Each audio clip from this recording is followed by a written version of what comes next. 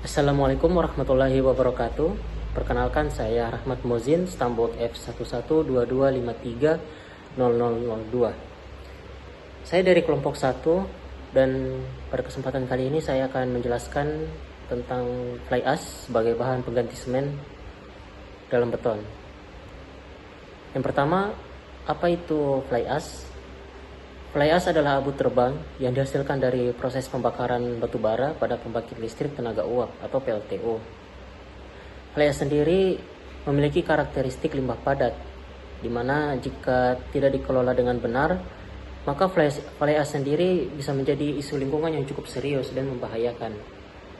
Karena fly ash sendiri memiliki sifat pozolanik yang membuatnya bernilai konstruksi.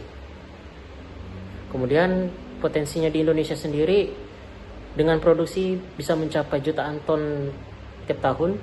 Fly ash di Indonesia menjadi potensi sumber daya yang sangat besar, dan fly ash sendiri tinggal menunggu kapan bisa dimanfaatkan secara maksimal untuk sektor-sektor, ya terutama di bagian konstruksi. Kemudian fly ash memiliki dua kelas, yaitu kelas C dan kelas F, di mana fly ash kelas C ini berasal dari batu bara subbituminous dan lignit. Fly ash kelas C memiliki persentase tinggi kalsium oksida lebih dari 10%, sekitar 35% silika, dan kandungan karbon jauh lebih rendah, kurang dari 2%, daripada kandungan semen Portland. Selain sifat pozolannya, fly ash kelas C ini mengandung sifat semen, karena itu dia tidak memerlukan aktivator. Ini tahan terhadap ekspansi dari serangan kimia. Kelas C fly ash paling umum digunakan untuk beton struktural, perkerasan PCC, dan juga sebagai bahan utama dalam ubin, paving atau batu bata, balok, dan lain-lain. Untuk kelas F dari fly ash, kelas F fly ash ini berasal dari batu bara bitumen. Dia lebih umum daripada fly ash kelas C tadi, karenanya fly ash ini rendah kalsium dengan kandungan karbon kurang dari 5%, tetapi kadang-kadang setinggi 10% juga.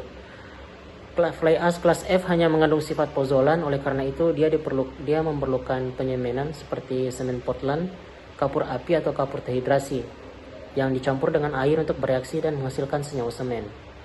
Partikel fly ash kelas F ditutupi oleh sejenis kaca leleh, oleh karena itu sangat mengurangi risiko ekspansi karena serangan sulfat seperti yang terjadi di tanah yang dibuahi atau di dekat daerah pantai.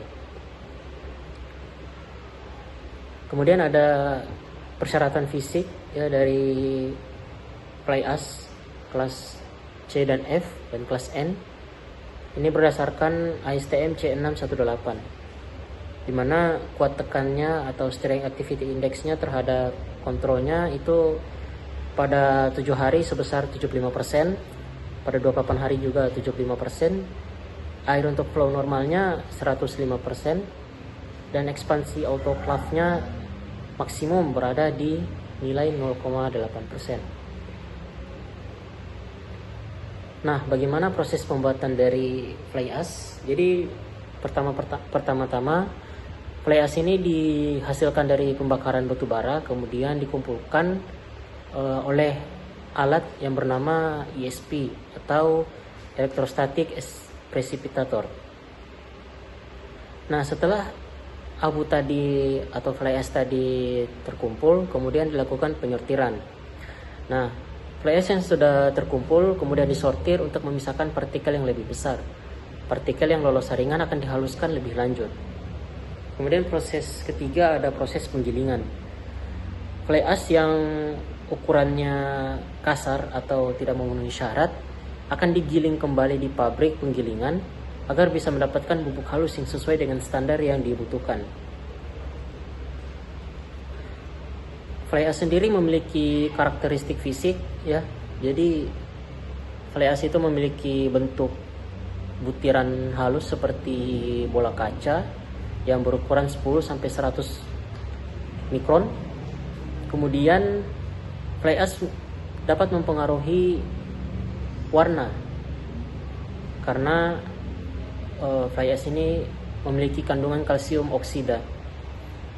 Terus sifat utama dari fly ash dia meningkatkan workability dan fluiditas beton segar. Nah, untuk warna merah menunjukkan kandungan kalsium tinggi atau fly ash kelas C, sementara abu-abu menunjukkan kalsium rendah, yaitu fly ash kelas C, kelas F. Demikian paparan dari saya. Selanjutnya akan dilanjutkan oleh teman kelompok saya. Kepada Kak Akli, saya persilakan. Terima kasih. Dari abu yang terbang keluar dari cerobong pembangkit listrik, lahir kekuatan baru bagi dunia konstruksi. Fly ash, sisa pembakaran batu bara, kini menjadi bahan yang membantu kita membangun masa depan yang lebih kuat dan ramah lingkungan.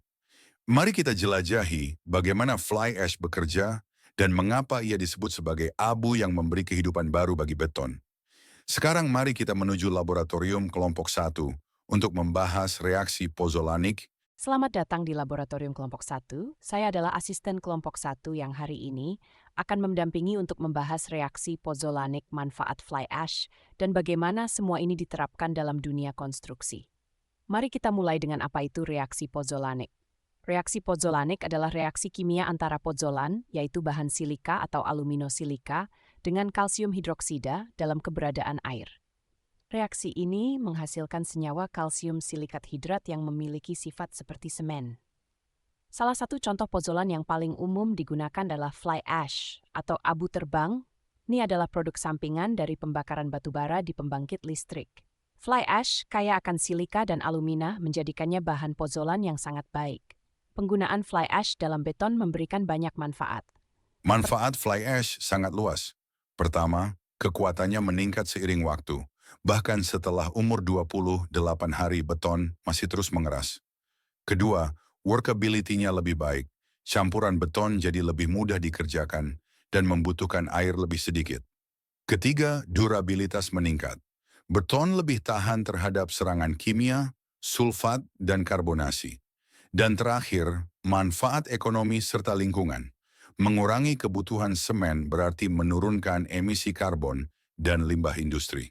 Di Indonesia, pemanfaatan fly ash telah diterapkan pada berbagai proyek besar, misalnya jembatan Pulau Laut di Kalimantan Selatan dan proyek jalan tol seperti Tol Bocimi serta Tol Semarang-Demak. Perusahaan seperti Waskita Beton Precast memanfaatkan campuran beton berbasis fly ash untuk meningkatkan kualitas sekaligus menekan biaya produksi. Langkah ini menjadi contoh nyata pembangunan berkelanjutan di Indonesia. Secara global, penggunaan fly ash sudah dilakukan sejak lama. Di Amerika Serikat, proyek besar seperti Bendungan Hungry Horse dan Canyon Ferry telah menggunakan fly ash hingga 30% dari berat semen. Sementara di India, fly ash digunakan pada pembangunan Bendungan Rihan sejak tahun 1960-an. Fakta ini menunjukkan bahwa teknologi fly ash telah terbukti lintas generasi dan benua. Fly ash adalah byproduct dari PMLTU, namun memiliki potensi luar biasa sebagai pengganti sebagian semen. Selain meningkatkan kualitas beton, penggunaannya juga mengurangi emisi karbon dan limbah industri. Namun semua manfaat ini hanya dapat dicapai jika penerapan fly ash dilakukan dengan pengawasan mutu yang ketat, sesuai standar SNI 2460-2014 dan ASTM C 618. Dari sisa pembakaran, kita menciptakan kekuatan. Dari limbah, kita membangun masa depan. Fly ash bukan sekadar material, tapi simbol perubahan menuju konstruksi yang cerdas dan berkelanjutan. Karena membangun masa depan bukan hanya tentang beton yang kuat, tapi tentang kesadaran yang tumbuh untuk menjaga bumi kita bersama.